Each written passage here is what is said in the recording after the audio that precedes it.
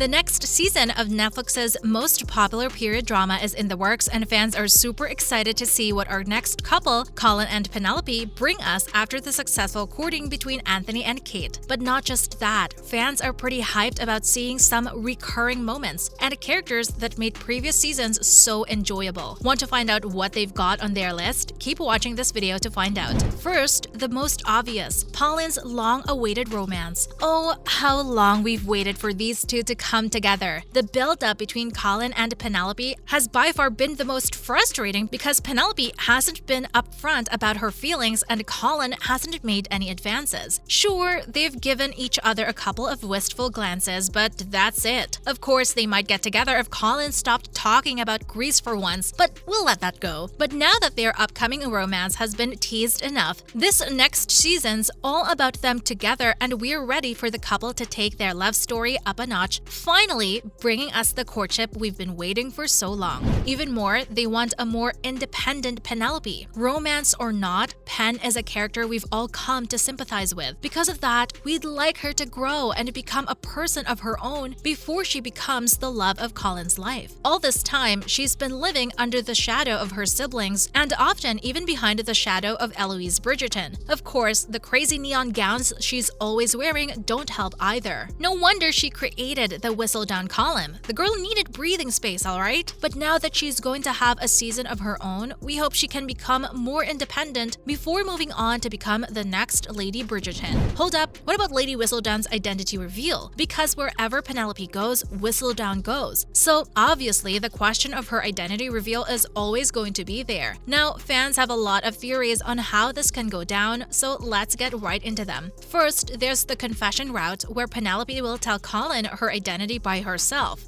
Not the most obvious path for her, considering the need for drama in the show, but it's a possibility no matter how minor. The next one is a little more plausible though, where fans are suggesting Eloise, once she realizes the couple is growing more serious, threatens to tell Colin about Whistledown, leading to Penelope taking some kind of drastic action to hide the truth. Another theory is one that matches the reveal in the book, where Lady Danbury holds a ball to reveal the gossip columnist's identity, and Cressida Cowper outs her among the crowd. We've yet to see which one will come true, but safe to say, we're really looking forward to seeing how the show continues without our favorite gossip news in the next season. Or maybe it won't? We'll have to wait to find out. Next, more of the Queen, Lady Danbury, and Violet. Name a more iconic trio. We'll wait. These three ladies have stuck with each other through thick and thin. Whether Daphne's marriage was in trouble or Anthony and Edwina were calling it quits, they stood by each other, exactly as they'll be doing as the trio stars together in the upcoming Queen Charlotte miniseries. Let's just say their trio is one that brings us joy and laughter at all times. Oh, and when they get to planning and scheming, that's when the real fun begins. So obviously we'll need more of these three in the show. Next, let's talk about Eloise and her life. This Bridgerton sibling may be going through some crisis of her own, but will she be able to go through it alone? After her falling out with Penelope, Eloise was heartbroken but determined to make a life for herself outside the usual norms of the ton. She doesn't want marriage, and neither does she want courtship. What she really wants is independence, and we can't wait for her to achieve that. Along with a love match for herself too, of course. In the books, she finally finds a match with Sir Philip, who's currently married to Marina Thompson. How their paths meet and why Eloise finds that boring guy to be a suitable life partner is a question we all want an answer to. Maybe this season will be where we find out? Coming up, what about Benedict and Sophie? One of the most popular couples and one most looked forward to in the show is the third Bridgerton brother and his story with Sophie, the ton's version of Cinderella, who captures his heart in a masquerade ball. Let's face it, we don't see this couple coming together anytime soon because right now the show's too packed with stories from all over. First, there's Colin and their main plot, then we have our previous couples who will obviously be major parts of this season. We also have Eloise and the whole Whistledown drama. Adding more couples to the mix will probably clutter the whole thing, which we really don't want. So maybe we'll have to wait for this one to happen until after season 3.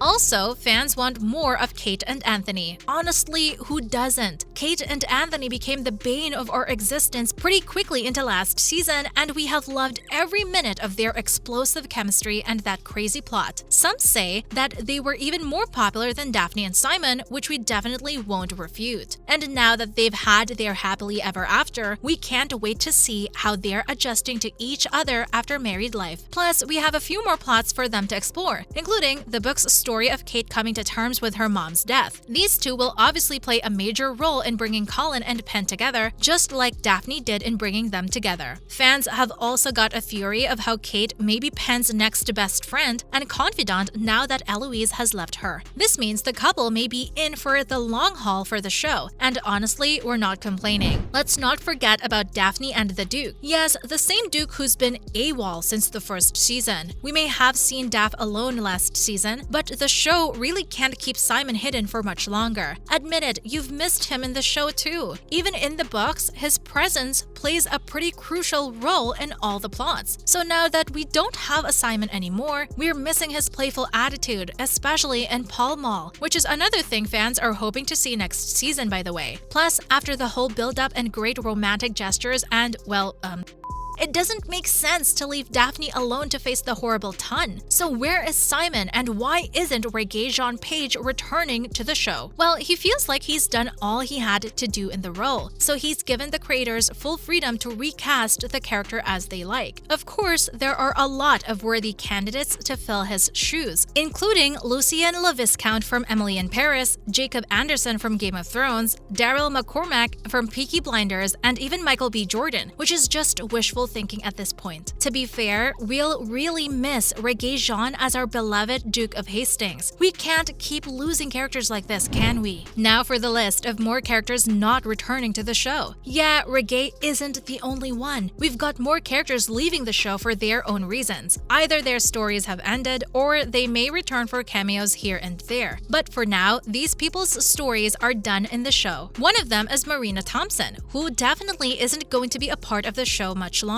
Firstly, her character arc ended when she got married to Sir Philip. Gone are the days when she was the one true love for Colin. She's not interested in that anymore, and obviously, it doesn't make sense for her to return, especially now that they've both had their closure. Plus, if Eloise is to be Sir Philip's final choice, his first or second, actually, wife is not going to be part of the story much longer, is she? There's also Edwina and Theo, the beautiful Sharma sister who won our hearts but failed to win Anthony's.